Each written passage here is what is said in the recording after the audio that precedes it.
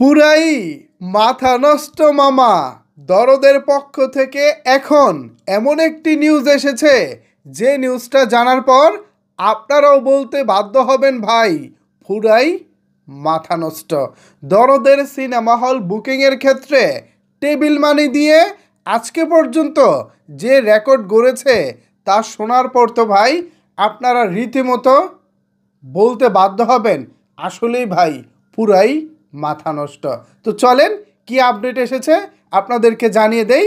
বিস্তারিত জানতে একটি লাইক দিয়ে সম্পূর্ণ ভিডিওটি দেখতে থাকুন। পাশাপাশি ভিডিওটি বেশি বেশি করে শেয়ার করে সকলের মাঝে ছড়িয়ে দিন, সবাই যেন এই চমৎকার নিউজটি সম্পর্কে জানতে পারে। সো চলেন ভিউয়ার্স, এবার আর বেশি কথা বাড়াবো না, মূল বিষয়ে আলোচনা করা যাক। ভিউয়ার্স, টেবিল ম্যানের ক্ষেত্রে আমরা বরাবর যেটা দেখেছি, একটু পুরনো কথা বলে না নিলে আপনারা কথার মানে বুঝবেন না। টেবিল মানিটা হচ্ছে সিনেমা হল বুকিংয়ের ক্ষেত্রে, হ্যাঁ, প্রত্যেকটা ছবি, নতুন ছবি যখন সিনেমা হলে বুকিং করে, তো সেই বুকিং করার ক্ষেত্রে কিছু কিছু সিনেমা হলে অগ্রিম টাকা দিয়ে ছবিটা নিতে হয়। তো সেই অগ্রিম টাকা দেওয়ার ক্ষেত্রে যে টাকাগুলো জমা হয় এটাকেই বলে টেবিল মানি। তো এই টেবিল মানির ক্ষেত্রে এবার দরদ আজকে পর্যন্ত নভেম্বরের 10 তারিখ, কিছুক্ষণ পরে অবশ্য রাত পোহালে 11 তারিখ হয়ে যাবে। এখন আমি ভিডিওটি শ্যুট করতেছি নভেম্বরের 11 তারিখ রাত 11টায়। আজকে পর্যন্ত আমার কাছে পাওয়া আপডেট 1,53,00,000 টাকা আজকে পর্যন্ত টেবিল কালেকশন হয়েছে। আর এই আপডেটটি আমরা পেয়েছি ঢাকার যেই ডিস্ট্রিবিউশন অফিস আছে, যারা দরদ সিনেমা সারা বাংলাদেশে ডিস্ট্রিবিউশন করতেছে, তাদের কাছ থেকে পাওয়া তথ্য। সুতরাং বুঝতেই পারতেছেন ভিউয়ার্স, এইটা আসলেই পুরাই মাথা নষ্ট করা আপডেট।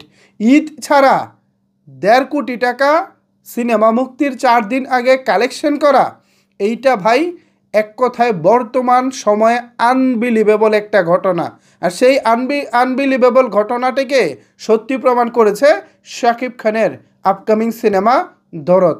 আরও কিন্তু 4 দিন বাকি ভাই, এখনও সব সিনেমা হল বুকিং হয় নাই। আরও 2-1 দিন পরে অথবা সিনেমা মুক্তির আগের দিন রাত পর্যন্ত সিনেমা হল বুকিং হয়। সুতরাং বুঝতেই পারতেছেন 14 তারিখ রাতেও সিনেমা হল বুকিং হবে। সো ব্যবসাটা কোন দিকে যাচ্ছে জাস্ট আমি এটাই ভাবতেছি।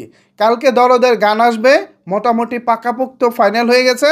তো দরদের গান দেখার জন্য আপনাদেরকে অগ্রিম শুভকামনা জানাচ্ছি, এবং গান কেমন হয় আমরা তো পরবর্তী ভিডিওতে জানাবই। পাশাপাশি আজকের এই যে মাথা নষ্ট করা আপডেট, যা অন্যান্য নায়ক কেন অন্য কেউ বাংলাদেশে কল্পনাও করতে পারে না, সেটা শাকিব খান ঈদ ছাড়া করে দেখিয়েছে।